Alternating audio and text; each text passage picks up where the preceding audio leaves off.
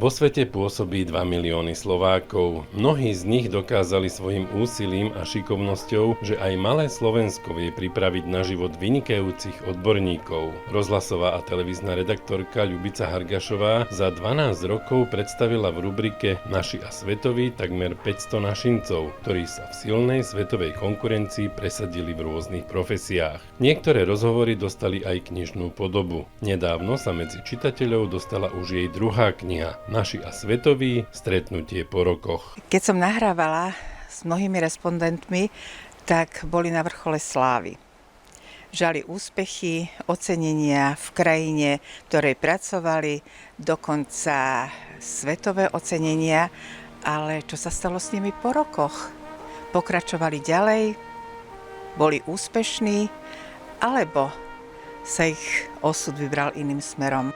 Napríklad Peter Biľak, rodák z Prešova, je uznávaný dizajner a typograf v Holandsku.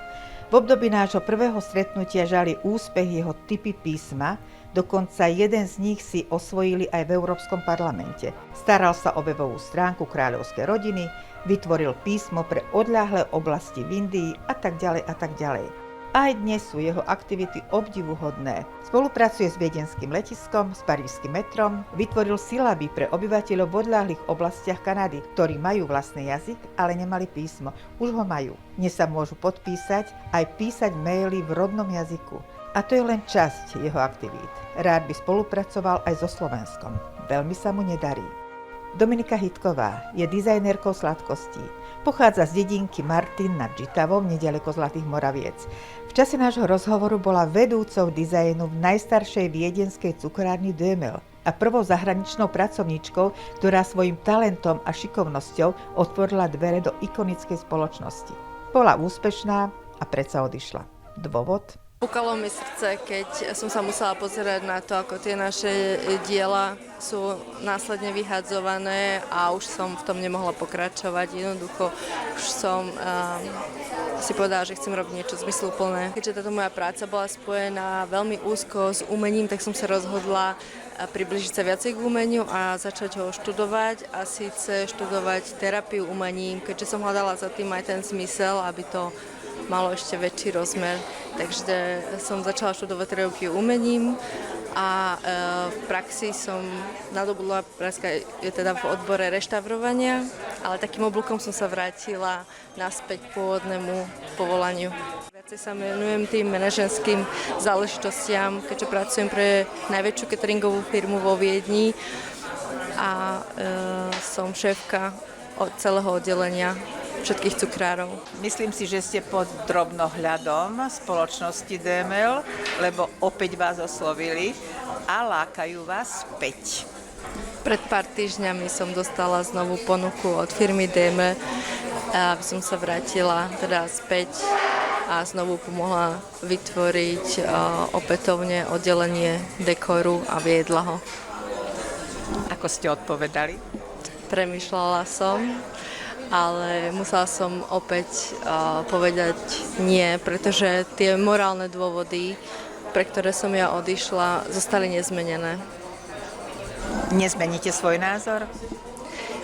Naša externá spolupráca zostala stále otvorená a som veľmi rada týmto dobrým vzťahom, ktoré nám napriek všetkému zostali, takže ďalej sme sa dohodli na externej spolupráci. Nina Poláková, bývalá prvá solistka Viedenského štátneho baletu, je dnes riaditeľkou baletu Slovenského národného divadla v Bratislave.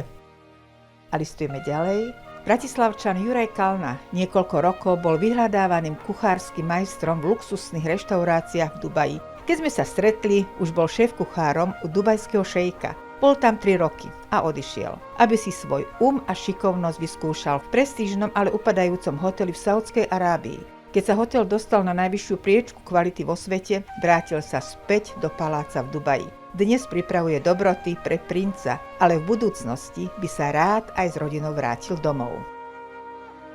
Slovenská advokátka na Cypre, doktorka Soňa Adženy, to vyriešila inak. Je o nej známe, že už veľa rokov pomáha riešiť problémy mnohých našincov priamo na ostrove Afrodity. Ale využila aj ďalšiu možnosť. Keď sme sa stretli poprvý raz, bola vo vedení veľkej cyperskej právnickej spoločnosti. Dnes má v Limassole vlastnú advokátsku kanceláriu a predĺženú ruku aj na Slovensku. Stala sa som mňa cyperská advokátka. Venujem sa hlavne zmluvnému obchodnému právu, právu duševného vlastníctva, námornému právu.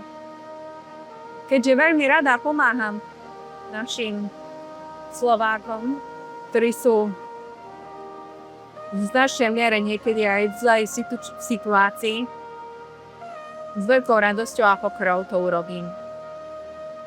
Stala sa tiež som mňa predsedníčka spolku priateľstva Cyperčanov a Slovákov na Cypre a taktiež aj podpredsedníčka Slovensko-obchodnej komory.